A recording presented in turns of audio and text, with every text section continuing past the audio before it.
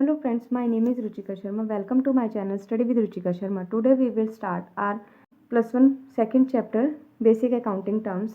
Today we will discuss about stock. The term stock include the value of those goods which are laying unsold at the end of accounting period. Stock ऐसी वस्तुएं होती हैं जो एक साल के and तक अनसोल्ड मतलब बिना बिके रह जाती हैं। उन गुड्स को हम क्या बोलते हैं? स्टॉक बोलते हैं।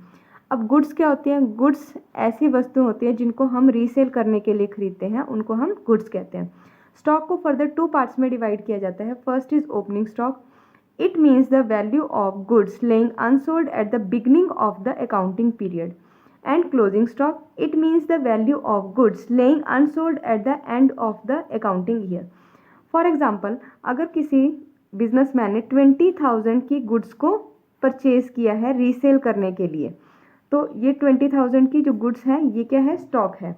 इसमें से 10,000 की जो गुड्स हैं वो अगर अनसोल्ड रह जाती है मतलब बिना बिके रह जाती है, तो ये इस साल का क्या बन जाएगा? क्लोजिंग स्टॉक बन जाता है। और यही क्लोजिंग स्टॉक नेक्स्ट ईयर के लिए ओपनिंग स्टॉक बन जाता है।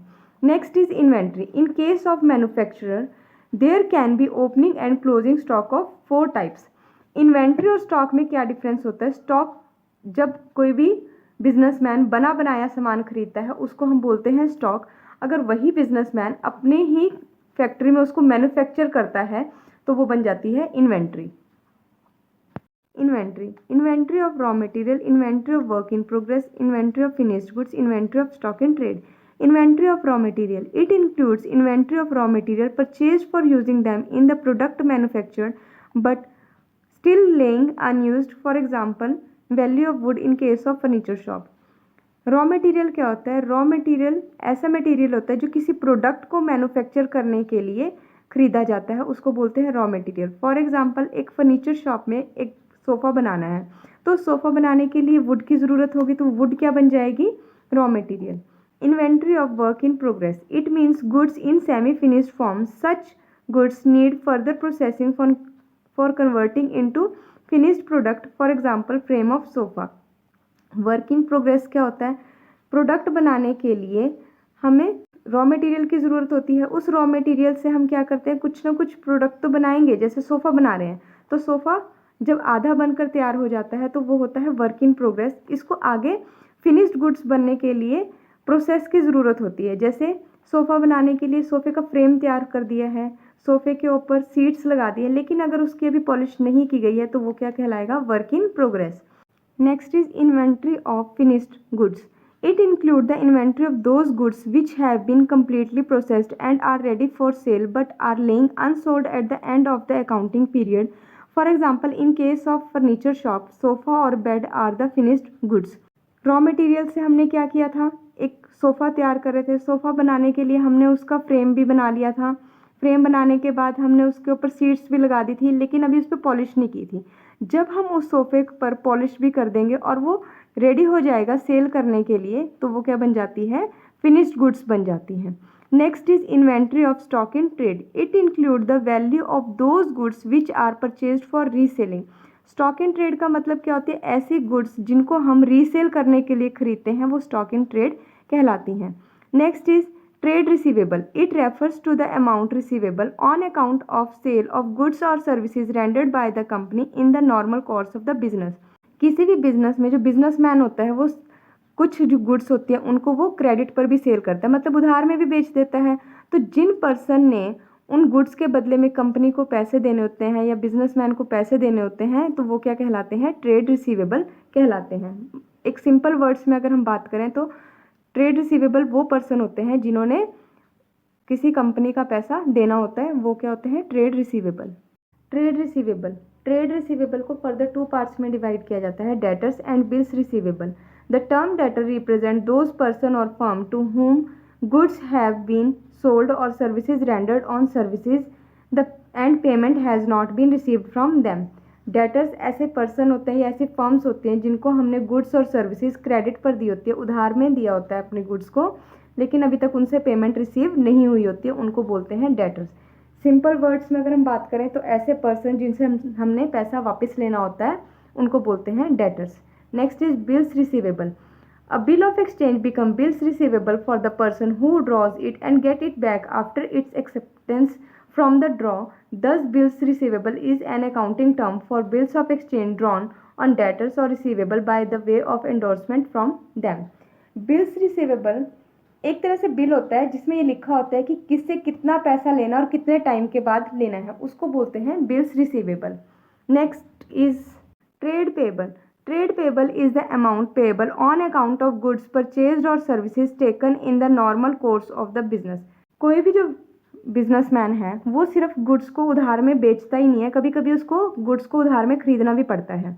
जब वो गुड्स को उधार में क्रेडिट पर खरीदता है तो वो क्या होता है, ट्रेड पेबल होता है। ट्रेड पेबल को फर्दर टू पार्ट्स में डिवाइड किया गया है, creditors and bills payable. Creditor, the term creditor represent those person और firms from whom goods have been purchased or services on credit and payment has not been made to them। Creditor वो person होते हैं जिनसे कि goods को उधार में खरीदा गया होता है और अभी तक उनको पेमेंट नहीं की गई है, तो वो क्या हो जाते हैं, क्रेडिटर होते हैं। और ये क्या होते हैं, कंपनी के लिए या बिजनेस के लिए एक लाइबिलिटी होती है। Next is bills payable. A bill of exchange become bills payable for the person whose accepts it and returns it to the drawer। Thus, bills payable is an accounting term for bill of exchange accepted in favor of creditor। Bills payable वो bill होता है जिससे ये पता चलता है कि किसको कितना पैसा देना है और कितने टाइम के बाद देना होता है। ये एक बिल पर लिखा गया होता है जिसको बोलते हैं bills payable. Voucher. A voucher is a document which provide the authorization to pay and on the basis of which the business transactions are first of all recorded in the books of accounts। Voucher एक तरह का document होता है जो कि prove करता है कि कितने की बिजनेस में परचेज की गई है और कितनी सेल की गई है। एक तरह का बिल होता है, इसी के बेसिस पर बिजनेस ट्रांजैक्शन को अकाउंट्स की बुक में रिकॉर्ड किया जाता है। Next is discount. Discount it is a rebate और an allowance given by the seller to the buyer. Discount क्या होता है, ये एक तरह की छूट होती है जो कि सेलर बायर को देता है, एक तरह का बेनिफिट दिया जाता है बायर को। डिस्काउंट को फर्दर टू पार्ट्स में डिवाइड किया जाता है, trade discount and cash discount. When discount is allowed by a seller to its customer at fixed percentage on the list और catalogue price of the goods. Trade discount में जो seller होता है वो कस्टमर को एक फिक्स्ड प्राइस पर of देता है, ठीक है, उसको बोलते हैं ट्रेड डिस्काउंट। फॉर एग्जाम्पल, कोई भी पर्सन है वो 5000 की जैकेट को परचेज करना चाहता है और उस पर 10% डिस्काउंट मिल रहा है, तो उसको कितना ऑफ मिल जाएगा, 500 का डिस्काउंट मिल जाएगा। जो जैकेट उसको पहले 5000 में मिलनी थी, अब उसको वो 500 का डिस्काउंट मिलने के बाद 4500 में मिल जाएगी। तो ट्रेड डिस्काउंट ये होता है। Next is cash discount. When discount is allowed to the customer for making prompt मतलब जल्दी से payment, it is called cash discount. कई बार क्या होता है कि कुछ लोग क्या करते हैं, क्रेडिट पर परचेज करना चाहते हैं, तो उनकी वो क्रेडिट पर परचेज को रोकने के लिए जो सेलर होता है वो क्या करता है, उनको कैश डिस्काउंट देता है। वो कहता है कि अगर आप पेमेंट अभी कर दोगे तो मैं आपको कुछ डिस्काउंट और दे दूंगा। जैसे ये 4500 का डिस्काउंट उसको मिल गया था, तो वो कहेगा कि मैं इसको, कस्टमर कहेगा कि मैं इसको 4500 आपको बाद में दे दूंगा।